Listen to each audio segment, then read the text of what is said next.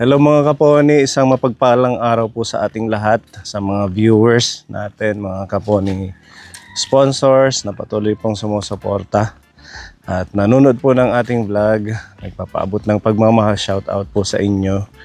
And ngayong araw po ay Agosto 5 na ng taong 2025 at sobrang init po ng panahon kaponi.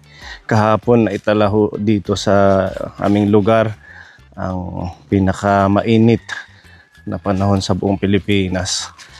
Ang temperatura po kahapon ay umabot po ng 52 degree. Kaya sobrang tuyong-tuyo na yung mga ano dito nagbibitak-bitak na yung mga taniman. Tingnan nyo kapone grabe. Tsaka dapat tayo hydrated, laging mag-inom ng tubig at nasa field tayo.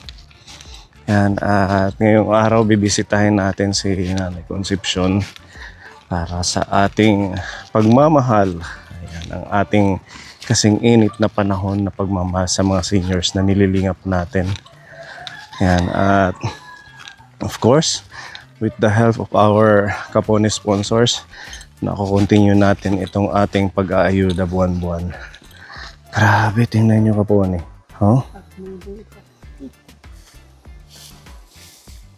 Tuyong-tuyo ang mga palay. Kasi mag-iisang buwan na kapone na walang hinto o walang ambon.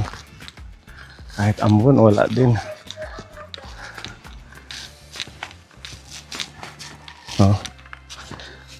Ganyan yung sitwasyon dito sa amin.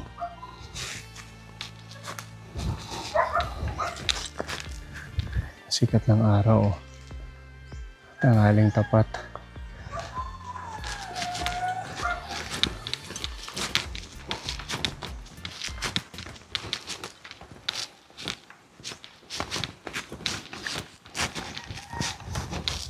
Ayan, ingat po tayo, lalo na yung mga nagtatrabaho na nasa exposed sa direct sunlight, yung mga construction worker, kagaya natin, mga nasa field. Kailangan lagi tayong may baon na tubig at maaari pag sobrang ganitong tanghaling tapat, huwag masyadong lumabas, silong-silong muna. Nandito na tayo. Ang dami sana nilang tanim kaso ayan kapone grabe. Tidak mo sarit ba lang ito? Ito pambalot ng mga pagkain. Yung sa binalot, naalala nyo sa Manila may binalot na parang restaurant sa mga food court. Ayan, mabango to pag binabalot ng nilalagay yung kanin. Hello nanay. Buti dito mahangin. Preskong presko ang lugar ni Nanay Concepcion. Kumusta ka na? Maupay nga aga. Anong ginagawa mo ngayon? Ay, nahigda. Nagbabasa ng nabil na naman. Ha? Nagbabasa ng nabil. Walang ibang magawa Yan. Gawa ko yan. Saan? Nataniman ko ng sitaw. Saan yung ginawa mo? Ito. Dinamuhan niya. Ilang araw ko yan. Oo nga naman. Maganda magtanim kasi Wala pang tanim yan. oo, maganda yung panahon. Kailangan lang didiligan. Dinidiligan ko nga yan lagi. May mga na ako niyan pagtataniman. Anong itatanim? Sitaw? Sitaw lang po. Walang mga iba, parang Ay, mga okra. Maganda din yung okra sa ganitong panahon. maghahanap ako ng boyfriend para magkaroon ako ng apam. Apam. Apam foreigner. Ayun na nga, yun ang ano nila Ba't alam mo yung apam? Eh, naririnig ko lang minsan, no, pag nagsasalita sila, kukwentuhan na. Gusto nila yung maraming pera. Ako, ayaw ko ng maraming pera dahil masakit sa ulo yan. Bakit naman? At saka ano yun eh, yung ano yun sa buhay eh. Parang... Mamaya, pag anuhan ka na mayroon kang pera.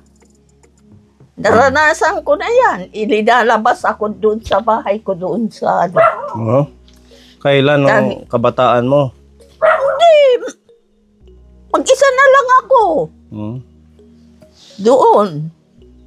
Kasi nagbidsa ako ng ano, yung inalagaan kong baboy. Ang akala siguro, nasa akin pa yung pera, pero ibinili ko naman ang mga pako dahil ipagtatayo ako ng bahay ng anak ko. Ang sarap ng hangin. So dapat ganito lang, simple lang, wag na yung madaming pera. Mas maigi na. Ano man, kumain ka na? At tapos na po. Anong ulam mo? Ay, sus, Mariosip. Bumunot ako dyan ng ano, yung mustasa. Inaluan ko ng isang udong. Oh, pwede na. Kasi mag-isa ka lang naman, di ba? Kangkong nga, ang gaganda eh, yung upland. Tsaka kahit ano lang yan, gisa-gisahin nanay. Kaya mo pa palang maglakad-lakad ng 1 kilometro. Ano? Ay, hindi na. Hindi na? Mabubuwal na ako. Isasali sana kita sa marathon. Sos, Maria Josep. Kung noon pa mga 50 pa lang ang edad ko eh. Kasi may piyesta, malapit na. Ang Borongan malapit meron marathon. Marathon ng matatanda. Ay sus. I-entry sana kita. Kung noon pa. 50 mil daw ang price. Eh, kahit na yan. Kahit 1 million pa yan. Hindi ko nakakayanin. Malay natin ikaw ang pinakamabilis.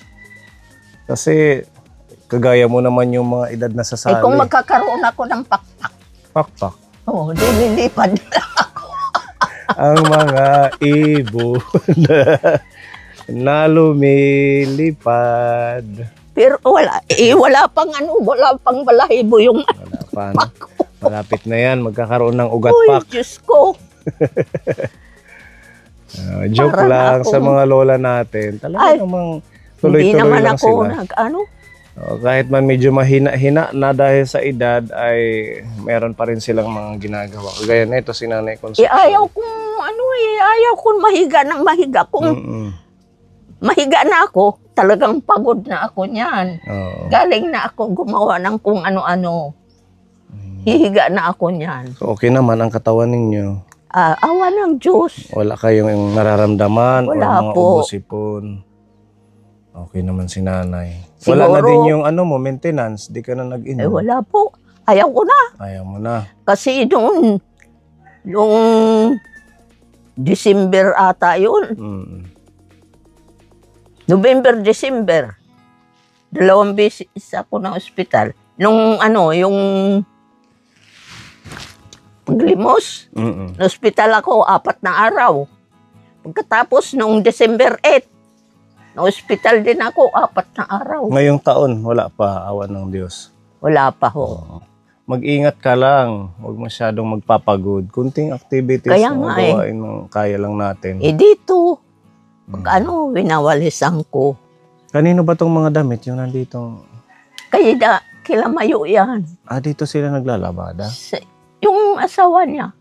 Andun yung yung washing machine nila, dinala kasi wala naman tubig doon. So dito meron tubig. Diyan malakas ang tubig. Kaya dito na sila naglalabada. Dito na lang, dinala yung labahan niya. Ikaw, saan ka? Dito rin, may gripo. Diyan. Diyan naman ako nag-iipon ng tubig paggabi. At least may source ng tubig dito. Yung iba nga, doon, yung ibang tao doon, umiigib dyan. Maganda lang dito sa lugar nyo, pag ganitong napakainit. May mga puno. Ay, Diyos ko. Ang hangin. Ang hirap naman.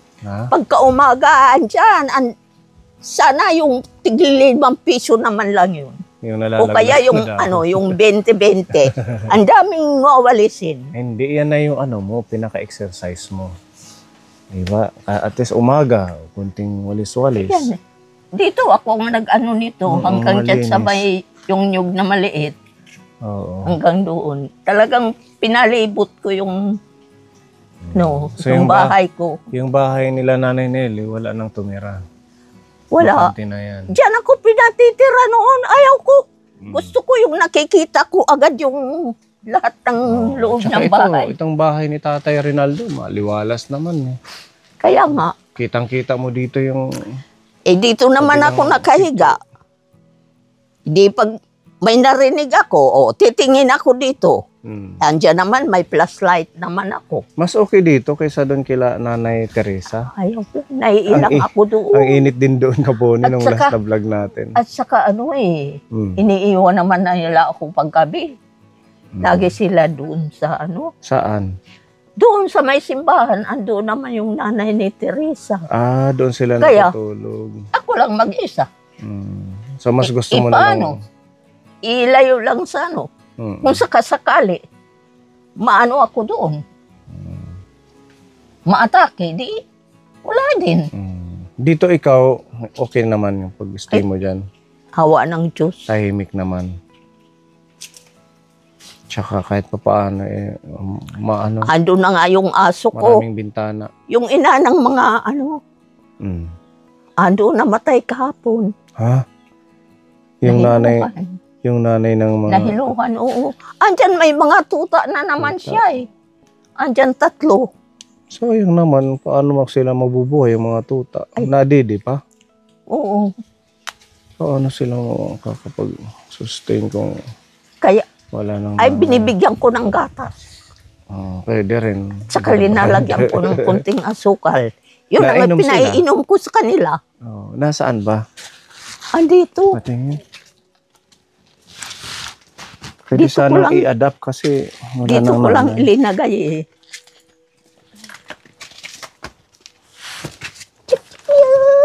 Ay, maliliit pa ito nanay. Hindi pa pwedeng i-adapt. Hindi pa. Hindi pa kumakain. So, naman. Kaya nga eh. Nalason yung nanay. Nilason. Nalason. So ngayon yung mananlalason ng hayop. Ano? 4 ito. 4 yan. Kaya ito, aywan ko kung kandidato pa rin ito. Ang cute-cute. Wala si nanay niya. Doon. Matulog. Tapos na kayo kumain ay. Doon.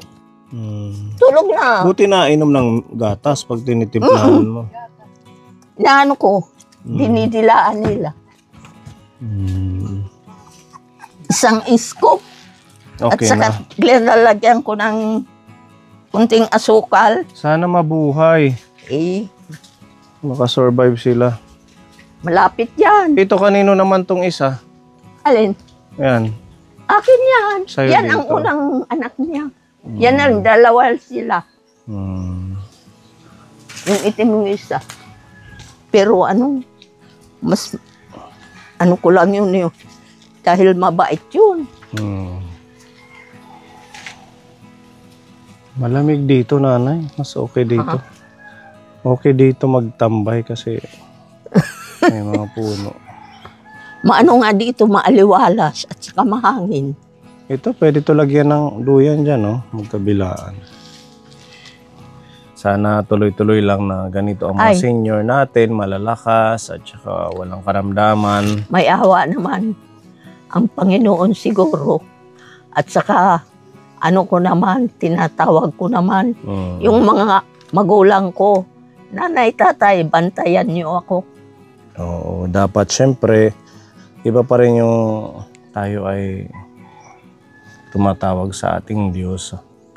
Oo. Kahit man maganda ang ating kalagayan or nasa hindi magandang kalagayan, always dapat natin yan. Sa umaga, yung patron dito Si San Jose.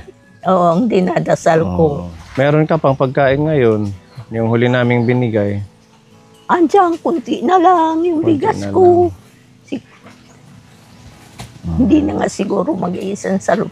Kaya sabi ko, Ay, sabi ko, Sir Puni, pumunta na kayo dito sa akin. Puntahan ninyo ako. Kasi sa hirap ng buhay ngayon, marami tayong mga sponsor na kumbaga, slow Inihiling ko down. yan lagi. Dahil priority syempre yung pamilya nila, gano'n naman dapat. So, kung meron pa rin continuous tayong mga sponsor na patuloy na sumusuportan para mabisita at mahatiran kayo ng pagmamahal. Kaya ang ating sponsor ngayon, Kaponi, para kay Nanay Concepcion ay si Tita Fedy ng New Jersey. Meron siyang pinaabot na 2,000 peso na groceries. Ayan, nandito nanay. Wish granted yung prayer mo na dumating na kami. Okay, so ayan, meron pong bigas. Nandito yung bigas nanay, 10 kilo ito. May mga prutas, saging, may orange. Salamat, Tita Pidi. Maraming salamat. Tapos meron dito At biscuits. tubayan kayo lagi ng ating Panginoon at ilayo kayo sa lahat ng mga kapahamakan. At bigyan pa kayo ng lakas ng katawan para marami ka pang matulungan katulad ko. Nakatikim ka na nito, yung last naming dinala, hindi pa. Bago lang to sa'yo. Opo. Yung isa siguro yung nabigay natin. Ganyan din yung dinala. Champion naman ito. Meron siyang milk. Marami siyang nutrients. Vitamin A, B1, B2, B6, B12, folic acid, and vitamin E. Then, meron din siyang vitamin D and calcium para sa buto. So, isang, lang na ito, twin pack kasi ito, isang sachet na ganyan. Yung ginagawa ko yan nahati-hati ko yan para di masisira yung pinagugupit-gupit ko yan. Bali, to 2, 4, 6, 8, 8. 2, 4, 6, 8. 8 peraso. So, 16 katimpla. Diba? Almost kalahating buwan. Tapos, ito po may mga biscuits para sa inyo. 3 pack ng biscuits. At saka, ito naman, nandito po yung ibang stock nyo namin. May mantika, tuyo, tsaka mga dilata. Ayan. At of course, ang ating manok. Meron kang dyan? Kangkong, sabawan mo na lang yan. Mag-aano na ako mamaya ng kangkong. Maganda yung kangkong. Mamumutol ako. Kahit ilang 10 piraso lang. Mga ganun lang. Salamat, Tita Pidi. At meron pa tayong sponsor sa'yo, nanay. Ito, may cash dito galing kay Tita Luz. Ayan, 500 pesos. Idagdag mo na lang to sa pambili mo ng ulam. Maraming salamat, Tita Luz, sa binigay mo sa akin. Patubayan kayo ng ating Panginoon at bigyan kayo ng lakas ng katawan upang marami ka matulungan na katulad ko. Ayan. Thank you at palakpakan natin ang mga Kaponi sponsor natin. Salamat sa pagmamahal ninyo. Buwan-buwan, na itataguyod po natin yung suporta sa kanila. At maraming salamat. Napakalaking tulong sa mga kagaya nilang regular nating binabalikan. Kaya thank you, Tita Luz and kay Tita Fedy sa blessings kay Nanay Concepcion. Maraming salamat po. Ayan, sa inyo rin, maraming salamat. Always welcome, Nanay. Bigyan kayo lagi ng malusog na katawan at patnubayan kayo lagi sa inyong mga paglalakad. Ilayo kayo sa mga kapahamakan. Maging lang tayo, maging healthy lahat. Kasi health is wealth. Ang kalusugan ay kayamanan. Diba? Kung hindi ka malusog, wala kang kayamanan. Wala kang kayamanan. Yan, ang number 1 ngayon. Hindi na, kahit pa malaki ang katawan mo, kung may sakit ka naman. Hindi ka makakapagtrabaho kung may sakit ka. Kaya ingatan natin ang ating kalusugan. Lalo na sa ganitong panahon na napakainit. Napakainit. At meron pong blessing din ng ating mga katim. Kahapon si Pepa, hindi natin nakasama dahil nag-ano siya sa kanyang trabaho. Meron binigay na 500 peso na grocery sa'yo. Si Tita M. Thank you po. Thank you po, Tita M, sa binigay niyo pong pang-grocery. God bless po. Kuha ka na lang doon sa tindahan mamaya. Opo. At sila mamili, nabigyan kayo kahapon. Opo, sir. Thank you. Oo, na sila, nag-grocery gabi ka po. Sila ni Ate Ruby. Salamat, Tita M. God bless. Ayan. At ito Pepa, may pinapabigay si Tita G na 500 pesos. Thank you po, Tita G, sa binigay niyo pong blessing. God bless po. Mag-iingat po lagi. Okay, ayan. Thank you. At ang ating anonymous sponsor, dahil wala ka din kahapon, ayan, pinapabigyan ka din ng 500. Thank you po, anonymous sponsor, sa binigay niyo pong blessing. God bless po. Ayan. At si Mami Lee, pinapabigyan ka ni Tita G ng 500 kayo. Kayo ni Pepa. Nabigyan na rin kami ni Ate Ruby ng isang araw. Thank you po, Tita G, sa pagmamahal po. God bless. Sana po. Thank you, sir. Meron tambis? Saan? Ito. Maraming bunga. Pwede. May ada takay wara man it niya pan sundot. May da din ni Igot. Igot. Wara. Yun yung Wara hinahanap gani man. namin. Okay, George, kaya. Ang daming hinog, pwede tayong kumuha. Sige na. Odo. Kaya mo yan, Pepa? Lalagyan ng asin, masarap yan. Lisan wara. Tambis ang tawag dito sa amin. Suka, lighted basil. Ito na! Wala ka, naglalaglag. Down chili. Ito na! Tinuroon ulit. Ito na. Magsasalo na. Sayang. Dapat paupahan na lang to kahit magkano. Kaso natatakot daw. Hindi naman nakakatakot yan. Gusto kay Pipa. Oh. Matatakot ba yan sa pag... Yung buhay nga, eh, hindi na makakilo. Kaya nga. Gusto kay Pipa. Oh. Listo, nag-i-spider. Listo talaga. Kaya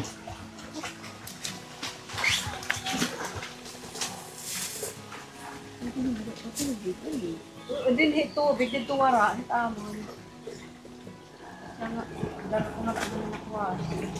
Thank you rin. Thank you.